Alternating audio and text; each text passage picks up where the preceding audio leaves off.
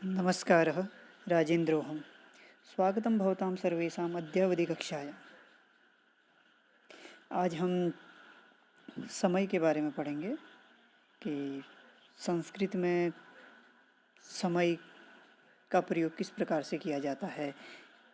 कहने का तात्पर्य यह है कि टाइम को हम संस्कृत में किस प्रकार से बोलेंगे। सामान्यतया हम देखते हैं कि जब समय देखने की बात आती है तो उसको हम 4 प्रकार से देखते हैं।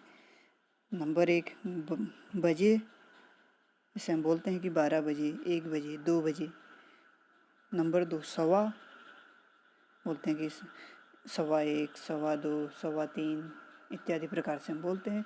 नंबर 3 में साढ़े, साढ़े का अर्थ होता है आधा, जैसे साढ़े, साढ़े 12, उसको हम डेढ़ भी बोल देते हैं, ढाई भी बोल देते हैं, साढ़े 3, साढ़े 4।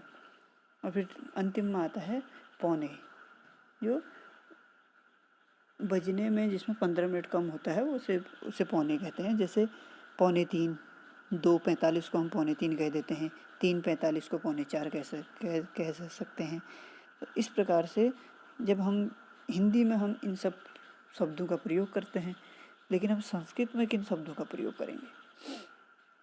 तो इसके लिए सर्वप्रथम 4 चीज़ें हैं। बजे के लिए हम वादनम का प्रयोग करेंगे, और सवा के लिए सपात का प्रयोग करेंगे, और साढ़े के लिए सार्ध का प्रयोग करेंगे, और पौने के लिए पादोन का प्रयोग करेंगे। तो आइए नंबर क्रमशः इन सबको देखते हैं हम। सबसे पहले हम देखेंगे वादनम का प्रयोग। अब हम यहाँ पर एक घड़ी बनी हुई है। घड़ी में हम देख सकते हैं कि 1 बज रहा है। ठीक, अगर घड़ी में 1 बज रहा है तो उसके लिए हम क्या बोलेंगे? एक वादनम। नीचे इनकी तालिका दी गई है। एक वादनम 1 बजे के लिए, और 2 बजे के लिए द्विवादनम, 3 बजे के लिए त्रिवादनम, 4 बजे के लिए चतुर्वादनम, अगर 5 बजे पंचवादनम, 6 बजे षड्वादनम, 7 बजे सप्तवादनम, 8 बजे अष्टवादनम, 9 बजे नववादनम, 10 बजे दसवादनम, 11 बजे एकादश वादनम, 12 बजे द्वादश वादनम। तो ये हमारा वादनम का प्रयोग था। आगे देखते हैं हम। नंबर 2 में हमने देखा था सार्ध का प्रयोग। सार्ध का अर्थ होता है साढ़े या आधा होना। ठीक है, तो अब हम यहाँ पर इस घड़ी में देख सकते हैं हमारा टाइम क्या हो रहा है, 12:30 के आसपास हो रहा है, 12:30 हो रहा है, 12:30। तो अब इसको कैसे बोलेंगे? 12:30 हो रहा है तो सार्ध, और आगे जो हमने पहले वादनम वाला बोला था वही चीज़ें पूरे पीछे आ जाएंगी। तो सार्ध द्वादश वादनम। फिर 1:30 हो रहा है तो सार्ध एक वादनम, 2:30 है सार्ध द्विवादनम, 3:30 है सार्ध त्रिवादनम।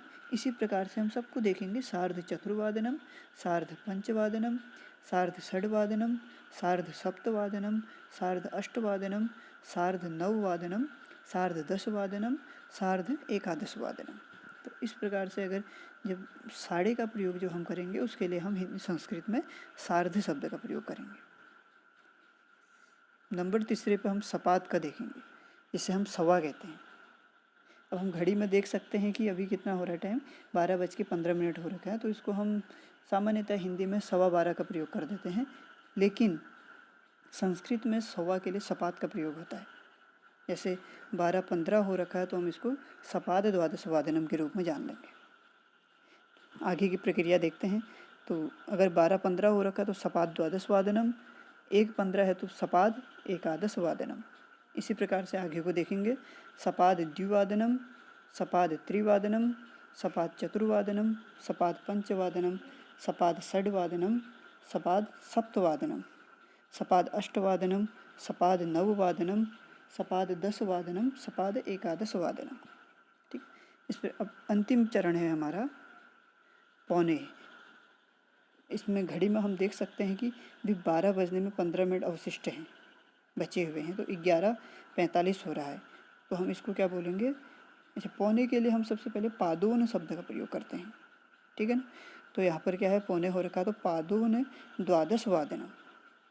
ठीक है, 11:45 हो रहा है तो पादोन द्वादशवादनम, मतलब 12 बजने में अभी क्या है 15 मिनट अवशिष्ट हैं। तो इसी प्रकार से हम आगे को देखेंगे। पादोन द्वादशवादनम 11:45 हो गया, और फिर जब 12:45 हो गया तो पादोन एक वादनम, आगे को इसी प्रकार से देख लेंगे।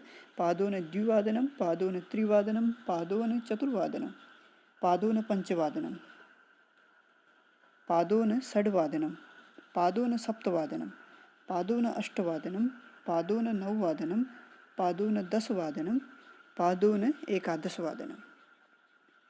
इस प्रकार से यह हमने समय के विषय में जाना, और इसमें कुछ चीज़ें अवशिष्ट हैं। जैसे अभी तो हमने सामान्य चीज़ें जानी कि बजे, साढ़े, सवा और पौने की चीज़ें जानी, और भी मिनटों के बारे में मैं एक अलग से एक वीडियो बना दूंगा आप लोगों के लिए, और इसको आप अपनी कॉपी में उतार लीजिएगा। धन्यवाद।